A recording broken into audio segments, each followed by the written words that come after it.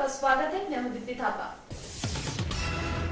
पूरे उत्तर भारत में मौसम ने नए साल का स्वागत रिमझिम फुहारों के साथ किया। साल के पहले दिन सुबह से ही रिमझिम बारिश हुई और रात भर बूंदाबांदी होती रही, जिससे ठंड बढ़ी और जनजीवन और यातायात में दिक्कतें भी आई। देखिए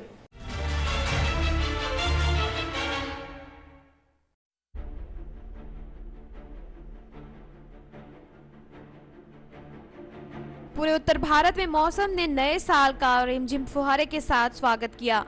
पहले दिन सुबह से ही शुरू हुई बारिश रात तक होती रही। मौसम विभाग के अनुसार पहले दिन शहरों में 2 मिलीमीटर बारिश हुई। वहीं 2 दिन तक बादल छाए रहने और बूंदाबांदी होने के अनुमान भी लगाए जा रहे हैं। मौसम का तेवर बदलने के बाद स्थानीय प्रशासनों ने जिले के सभी स्कूल कॉलेज 5 जनवरी तक बंद किए जाने के निर्देश दे दिए हैं। 5 जनवरी को राजकीय अवकाश है।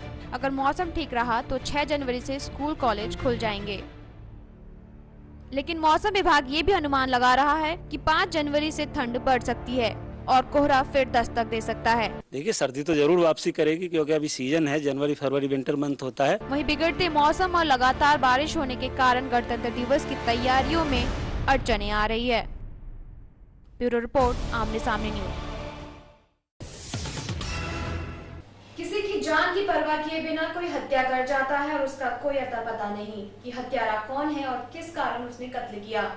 वहीं परिजन पुलिस से उम्मीद लगाए सवाल करते हैं, लेकिन पुलिस भी जवाब नहीं दे पाती। जी हां, 2 हत्याएं हुई एक ही क्षेत्र में एक ही तरह से, लेकिन कातिल का कोई अता पता नहीं। देखिए उत्तर प्रदेश मैनपुरी से रिपोर्ट। मामला है उत्तर प्रदेश के जिला मैनपुरी के थाना बेवर क्षेत्र का, जहां एक ही तरह से 2 हत्याएं हो चुकी हैं, लेकिन कातिल का अभी तक पुलिस पता नहीं लगा पाई है। इससे पहले भी कबाड़ की दुकान में काम करने वाले एक युवक की हत्या कर दी गई, लेकिन उसके कातिल का पता नहीं चल पाया।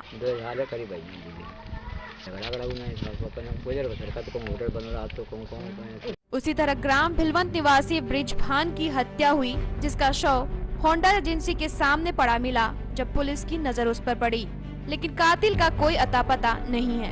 वहीं मृतक के भाई ने जानकारी देते हुए कहा कि आज सुबह दीपू ने बताया कि 100 भैया खत्म हुई। उसे दरवाजे मेरे खटकाए कि भैया कौन है, मार डालो भाई। अब देखना यह है कि यूपी पुलिस इन लापता कातिलों को कब तक सामने ला पाएगी। ब्यूरो रिपोर्ट, आमने सामने न्यूज। जिला प्रशासन द्वारा कराए गए सर्वे में खुलासा हुआ कि उत्तर प्रदेश के बरेली में कुपोषित बच्चों की संख्या सबसे ज्यादा है, जबकि सरकार बरेली जिले में कुपोषण से निजात पाने के लिए 100 करोड़ खर्च कर चुकी है। इसके बावजूद कुपोषित बच्चों की संख्या कम नहीं हुई। हालांकि अब डीएम ने कुपोषित दूर करने की पहल की है, लेकिन ये तो वक्त ही बताएगा कि ये पहल कितना सफल हो पाएगा। फिलहाल देखिए ये रिपोर्ट।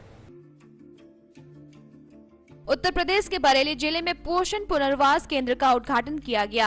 आपको बता दें कि जिला प्रशासन द्वारा कराए गए सर्वे में खुलासा हुआ कि उत्तर प्रदेश के बरेली जिले में कुपोषित बच्चों की संख्या सबसे ज्यादा है। डीएम संजय कुमार ने राज्य पोषण अभियान के तहत जिले में सभी आंगनबाड़ी केंद्रों पर 0 से 5 वर्ष तक के बच्चों का वजन कराया, जिसमें 3 लाख बच्चों का वजन नापा गया। पूरे जिले में जो सीवियरली माल नरिश बच्चे थे, उन बच्चों को हमने चिन्हित किया और उनकी संख्या पूरे जिले में लगभग 5700 है। इनको निःशुल्क खाना मिलेगा, जो तीमारदार होंगे उनका भी खाना मिलेगा, और उसके अलावा पर फैमिली पर बच्चा 100 रुपए का स्टाइपेंड भी का भी प्रावधान है। इस केंद्र से कई बच्चों के जीवन सुधरने की आशंका है, जिसमें कुपोषित बच्चों का इलाज किया जाएगा। यहाँ 15 दिनों तक बच्चों को भर्ती कर पुष्टाहार दिया जाएगा और कोशिश की जाएगी कि 15 दिनों में बच्चा स्वस्थ हो जाए, ताकि दूसरा बैच लग सके। इन बच्चों को अस्पताल तक लाने ले जाने की व्यवस्था के साथ साथ मां को 100 रुपए प्रतिदिन भी दिए जाएंगे। बरेली से गुलाम साबिर की रिपोर्ट। वक्त चला है छोटे से ब्रेक का, देखते रहिए आमने सामने न्यूज। मैं कुंवर जावेद, सदस्य इस्पात मंत्रालय, भारत सरकार। मेरे और सेंटमार्क परिवार की ओर से क्रिसमस और नए साल की सभी लोगों को बधाई। इस क्रिसमस के यू पे सभी लोग को सारी देशवासियों के लिए क्रिसमस का मैं ग्रीटिंग शुभकामनाएं दे रहा हूँ। इस नववर्ष पर मैं अपनी ओर से और अपनी कंपनी सलम इंडिया लिमिटेड के पूरे स्टाफ की ओर से आप सबको नववर्ष की बधाई देता हूँ, शुभकामनाएं देता हूँ।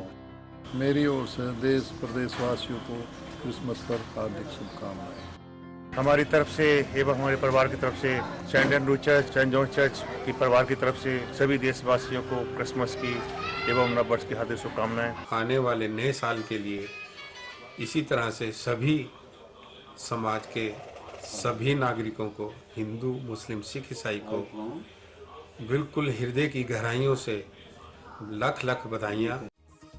पॉलिटिक्स, क्राइम, स्पोर्ट्स, अगर इन खबरों पे है आपकी बारीक नजर, आपकी आवाज भी कर सकती है असर। बढ़ाएं अपनी आवाज का दायरा, बने आमने सामने न्यूज का हिस्सा।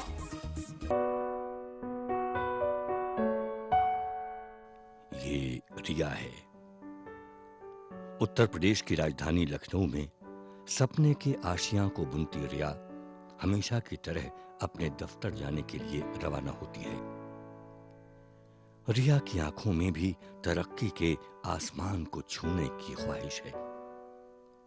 वो जब बस में सफर करती है तो उसे अक्सर असामाजिक तत्वों का शिकार होना पड़ता है। वो लोग उसके साथ छेड़छाड़ शुरू कर देते हैं, लेकिन आज रिया डरेगी नहीं, क्योंकि उसकी सुरक्षा उसके हाथ में है। प्रदेश सरकार की महिला सशक्तिकरण के लिए बनाई गई विमेन पावर लाइन 1090। ब्रेक के बाद एक बार फिर आपका स्वागत है।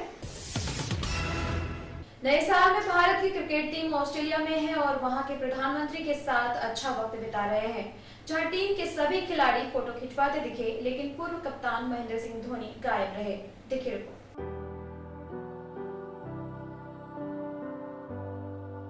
भारतीय क्रिकेट टीम ने एक बार फिर ऑस्ट्रेलिया की सरजमी पर अपना नववर्ष मनाया। ये साल भारतीय टीम के लिए थोड़ा अलग है, क्योंकि नए साल की शुरुआत में टीम को एक नया कप्तान मिल गया है। धोनी के टेस्ट क्रिकेट से संन्यास लेने के बाद विराट कोहली को टीम इंडिया का नया कप्तान बनाया गया है। धोनी की अगुवाई में भारत ने विदेशी धरती पर लगातार कई टेस्ट सीरीज गंवाई हैं।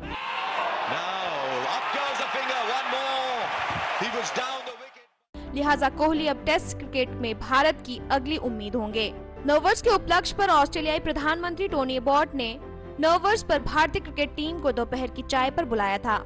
इस मौके पर दोनों ही टीमों के क्रिकेटरों ने ऑस्ट्रेलियाई प्रधानमंत्री के साथ चाय का लुत्फ उठाया और प्रधानमंत्री टोनी अबॉट के साथ उनके आवास किरबिली हाउस में आधिकारिक फोटो सेशन में तस्वीरें खिंचवाई। हालांकि किसी भी तस्वीर में महेंद्र सिंह धोनी दिखाई नहीं दिए, लेकिन ये पता नहीं चल सका है कि वह इस मौके पर मौजूद थे या नहीं। आपको बता दें कि भारत और ऑस्ट्रेलिया के बीच चौथा और अंतिम टेस्ट सिडनी में 6 जनवरी से खेला जाएगा। ब्यूरो रिपोर्ट, आमने सामने न्यूज।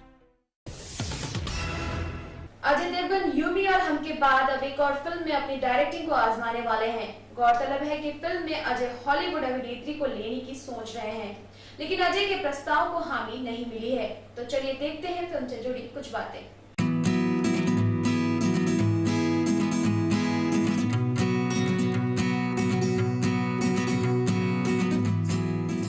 अजय देवगन इन दिनों पूरी तरह से अपनी अगली फिल्म शिवाय की तैयारियों में लगे हैं, लेकिन खास बात यह है कि अजय फिल्म में हॉलीवुड की बड़ी अभिनेत्री निकोल किडमैन को लेने की कोशिश में है। अजय हॉलीवुड के सपनों में है, लेकिन जनाब खूबसूरत अभिनेत्रियों के नखरे भी कई होते हैं। इसीलिए तो जानकारों के अनुसार किडमैन के पास अजय का प्रस्ताव तो पहुंच गया है, लेकिन इस खूबसूरत अभिनेत्री ने अभी तक प्रस्ताव स्वीकार नहीं किया है। किडमैन को एक्टिंग में कई अवार्ड्स भी मिले हैं। आपको बता दें कि शिवाय को अजय का सबसे महत्वाकांक्षी प्रोजेक्ट बताया जा रहा है, जिसकी शूटिंग जनवरी के अंत तक कनाडा में करने जा रहे हैं। देवगन फिल्म को अंतर्राष्ट्रीय स्तर पर रिलीज करेंगे, इसलिए वो इसमें अंतर्राष्ट्रीय सितारों के साथ विश्व स्तर के टेक्नीशियंस को भी जोड़ रहे हैं। इस बड़े बजट की फिल्म में बॉलीवुड के बेहद कामयाब action film the fast and furious action director को एक्शन निर्देश के लिए लिया जा रहा है। अब अगर किडमैन भी अजय के साथ काम करने को तैयार हो जाती हैं, तो ये नए साल में बॉलीवुड की बड़ी फिल्म होगी। ब्यूरो रिपोर्ट, आमने सामने न्यूज। इस बुलेटिन में फिलहाल इतना ही। कल फिर मिलेंगे कुछ अन्य खबरों के साथ। तब तक के लिए मुझे यानी कि थापा को दे दीजिए इजाजत। नमस्कार।